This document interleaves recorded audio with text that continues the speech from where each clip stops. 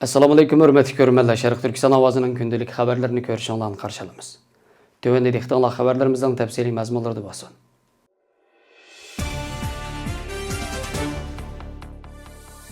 Xitoyning Uyg'urlar qaratgan irqiy qirg'inchiligini tekshirish to'g'risidagi London xalq sudi Xitoy doiralarini beram qilgan.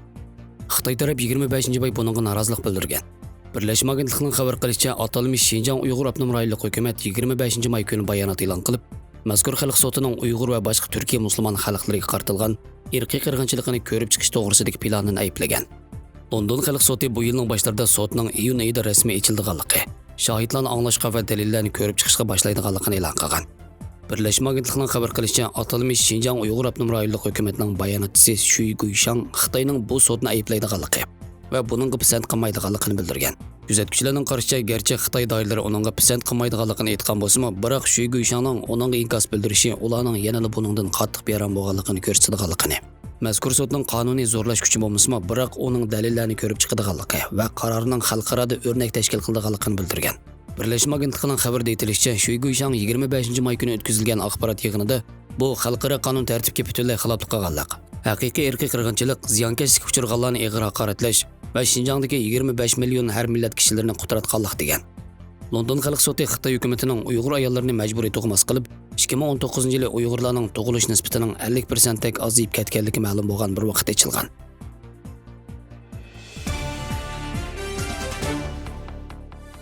Xitoy hukumati Sharq Turkistonda bu yildan boshlab atalmish Xinjiang ishlab chiqarish qurilish punktuanining janubdagi shahar diviziyalarining sanoat muqim mulkiga mablag' selishni zo'r darajada kuchaytgan bo'lib, punktuan xabarlar to'g'ridan xabar qilishicha, bu yilning dastlabki 4 oyida punktuanning Sharq Turkistonning janubidagi 11 diviziya shahrining sanoat muqim mulkiga silingan mablag'i o'tgan yilning o'xshash mazgildagidan 72.8% oshgan. Bu ahvol punktuanning Sharq Turkistonning shimolidagi diviziya shaharlarida 2.7% oshgan bo'lib, janub bilan shimolga silingan farqi nihoyat cho'ng bo'lgan. Bu mazgil ichida punktuanning umumiy sanoat muqim mulkiga silingan mablag'i 18.14% oshgan bo'lib, konchilik silingan mablag' 36.5%, ishlab chiqarishga silingan mablag' 35.3% oshgan. Amerika hukumati o'tgan yili punktuanga uning Uyg'ur irqiy qirg'inchiligida o'ynagan roli sababli embargo qo'yib, 2 amaldorni jazolagan. Kuzatuvchilarning aytishicha, bu vaziyat Xitoy doiralarining punktuan sanoat ul aslalarini janubdagi Uyg'urlar zich o'ltiraqlashgan rayonlarga yo'tkab, janubdagi oblast viloyatlarga shiddatli kengayotganligini ko'rsatadiganligini. Xitoy hukumatining 2017-yili cho'ng tutqun qilishni boshlab, necha millionlagan Uyg'urlarni lagerlar qamash bilan punktuanni janubga kengaytirish planini ijro qilishni tezlatganligini, Xitoy doiralarining qo'llangan atalmish muqimlik qurilish ekanligini ilgari surgan.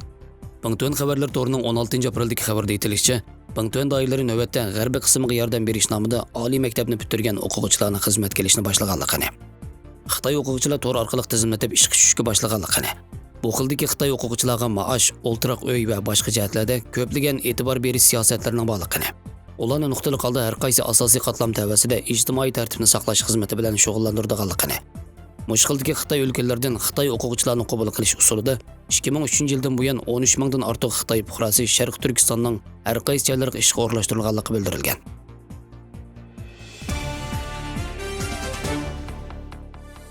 Belgiya poytaxti Bryusselda o'tkazilgan Yevropa Ittifoqi rahbarlari yig'inida Xitoy virusi va klimat o'zgarishi muzokara qilingan bo'lib, Yevropa Ittifoqi rahbarlari kambag'al davlatlarga vaksina i'ona qilish masalasida kelishim hosil qilgan bo'lib, Birlashgan Davlatlar Tashkilotining to'van va o'rta kirimlik davlatlarning vaksinaga barobar erishilishini kafolatga qiladigan programmani qo'llaydiganliklarini, kambag'al davlatlarga mush yil oxirigacha eng oz deganda 100 million vaksina i'ona qilish qaror qilingan.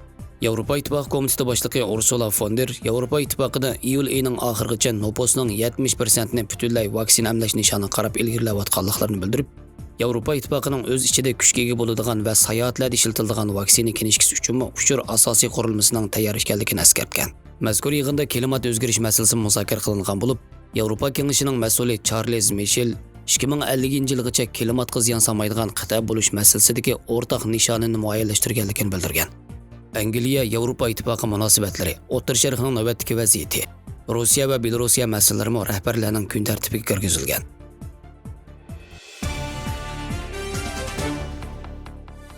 Mopkap turmushda ko'p uchraydi. Uni damlab ishkili bo'pla qolmay, yana sirtidan yuz yuvish ishlatkali bo'ladi. Dog' yo'q deb chiroyni go'zallashtirish, toni xo'rakni yo'qotish, terini rohatlantirish roliga ega. Ishiltish usuli tövandagidek. Bulg'anmagan mopkapni o'zib, pokiz yuvib tayyorlab, muvofiq miqdorda elib, qozonda kuchli o'tni qaynatamiz. Ondan kichik o'tda 10-15 minut asti qaynatamiz. Süzgüç bilan qoldiqlarini süzüp, yuz yuvish tesiga to'kib, so'ning temperaturasini muvofiq tangshab, ondan lungini mopkap suyiga tekkizib, yuzni surtib va yuvib bersak, yana lungini yuzga 10 minut besib bersak, unumi texmi yaxshi bo'ladi. Keyin ilmon suvda pokiz yuvasakli bo'ladi.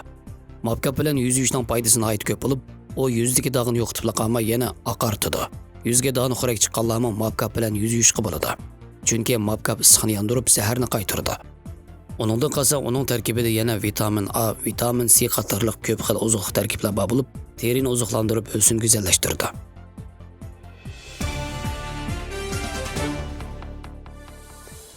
Xabarlarimizni ko'ngilingizga rahmat. Ko'rishguncha omon bo'linglar. Xayr xo'sh, Allohga omonat.